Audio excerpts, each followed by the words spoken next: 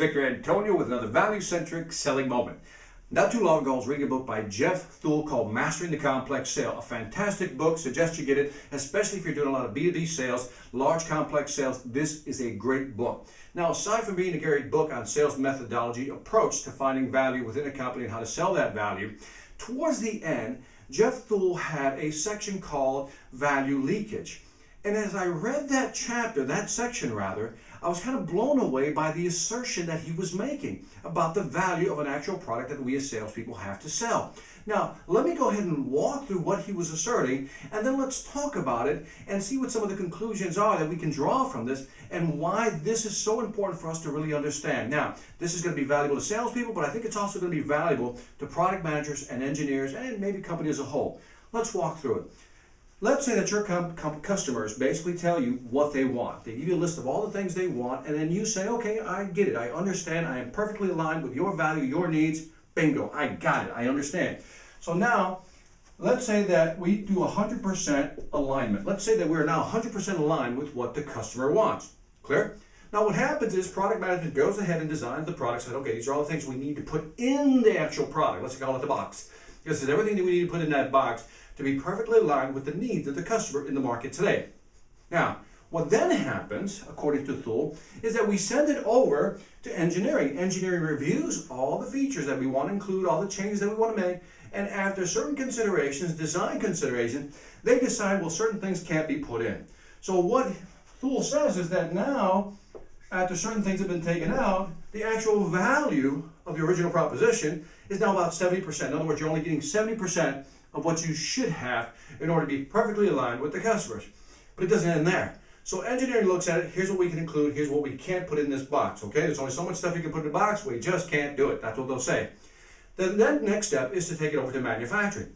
Manufacturing then looks at everything that needs to be done and then considers the design and the manufacturing and the costs associated with manufacturing that product. Well, guess what happens? Certain things have to now be taken out because they're too expensive, too costly to put in the box. And from a manufacturing standpoint, it would just be too expensive. It would price you out of the market. Thull asserts that, well, maybe the value goes down to, let's say, 40%. Now, these aren't actual percentages. These are just orders of magnitude, okay? Now, so now the product value now is at 40%. So then the product is finally produced. Now, marketing gets a hold of it. Now, marketing is looking at this going, okay, it's not totally aligned with what the customer wants, so we kind of have to really figure out how to sell this product. We've got a lot of Me Too features in there that other competitors have, so how do we position it? Well, marketing is only able to capture, let's say, 20% of the actual value, or create a value proposition that is only 20% as effective as it should be. In other words, the message that we're sending out to the market about our product is only 20% aligned with the original requirements of the market. In other words, we're walking into a situation where we now only have a product that's 20% the value of what the customer really wants. What does that mean to you as salespeople? That's you, the salesperson. It means you're out there selling, and this was the incredible assertion he was making, with only 20% of the value that the customer really wants.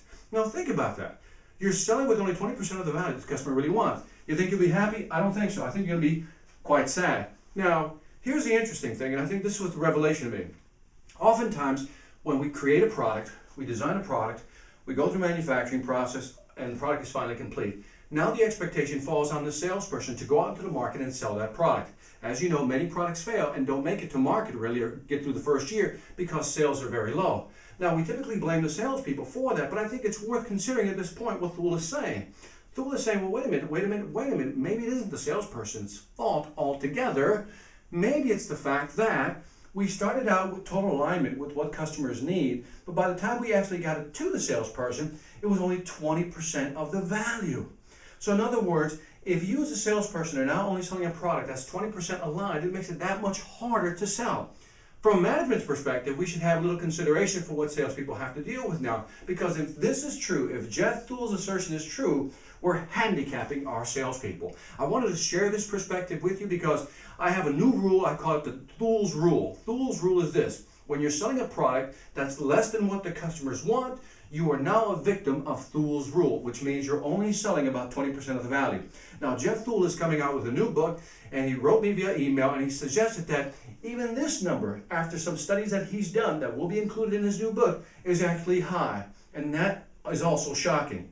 So my point is here is that sometimes we're not aligning with customers. We're not selling the full value because we've reasoned out, whittled down all the value. And by the time we hand it to the people in the field, guess what? They're not selling it. They're selling, as Jeff Thull would say, with their hand tied behind their back 80% of the time. This is Victor Antonio with a value-centric sales moment, reminding you, selling ain't hard if you have the right product, and especially when you know how. Take care.